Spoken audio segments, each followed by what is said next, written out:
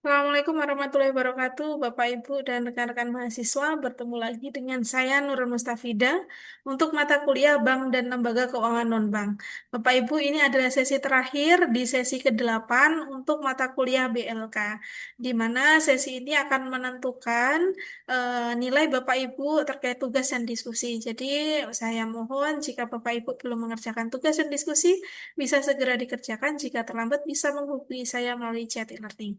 Bapak, Ibu, dan rekan-rekan mahasiswa, di sesi ke-8 ini kita akan melanjutkan sesi sebelumnya terkait BLK yang membahas tiga lembaga keuangan non-bank. Nah, sekarang kita akan membahas terkait pasar uang dan pasar modal lembaga keuangan internasional. Nah, ini berarti cakupannya sudah mulai luas ya Bapak Ibu. Nanti Bapak Ibu untuk tujuan pembelajaran kita di sesi ke-7 nanti harapannya Bapak Ibu bisa menjelaskan gitu ya terkait Bank Pembangunan Asia. Nah, ini karena internasional maka kita tidak lagi bicara Indonesia.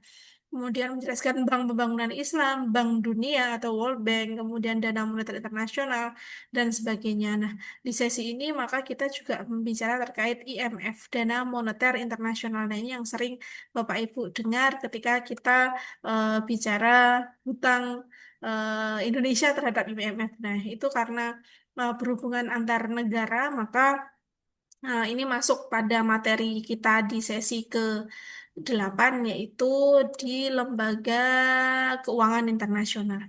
Baik, saya akan menjelaskan sedikit, tapi saya ingatkan di sesi ke-8 kita masih ada sesi diskusi yang harus dikerjakan ya Bapak Ibu untuk menutup tugas di sesi ke-8. Namun untuk tugas sudah selesai di pertemuan ke-7 atau sesi ke-7. Baik, nah apa itu pasar uang dan pasar modal serta lembaga keuangan internasional ya? Jadi tadi sudah dijelaskan lembaga-lembaga yang akan Bapak Ibu pelajari.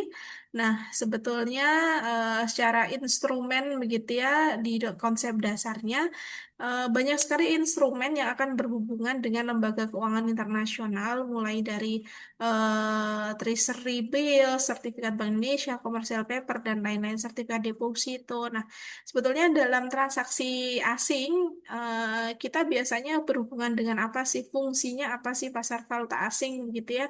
Jadi kalau valuta asing ini memang masih penting bagi Indonesia dan tetap penting bagi Indonesia karena untuk penguatan rupiah begitu ya.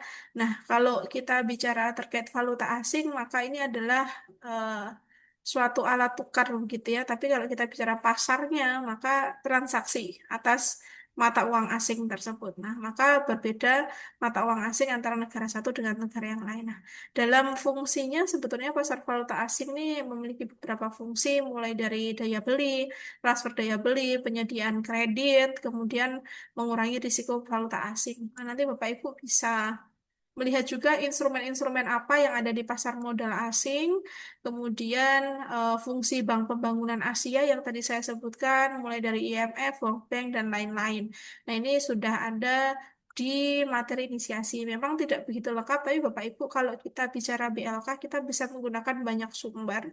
Dan nanti Bapak Ibu bisa mencari sumber yang lain yang bisa digunakan, atau tetap menggunakan BMP yang disarankan oleh akademik. Itu Bapak Ibu, jika ada pertanyaan di sesi ke-8, saya sangat membuka sekali di chat e-learning.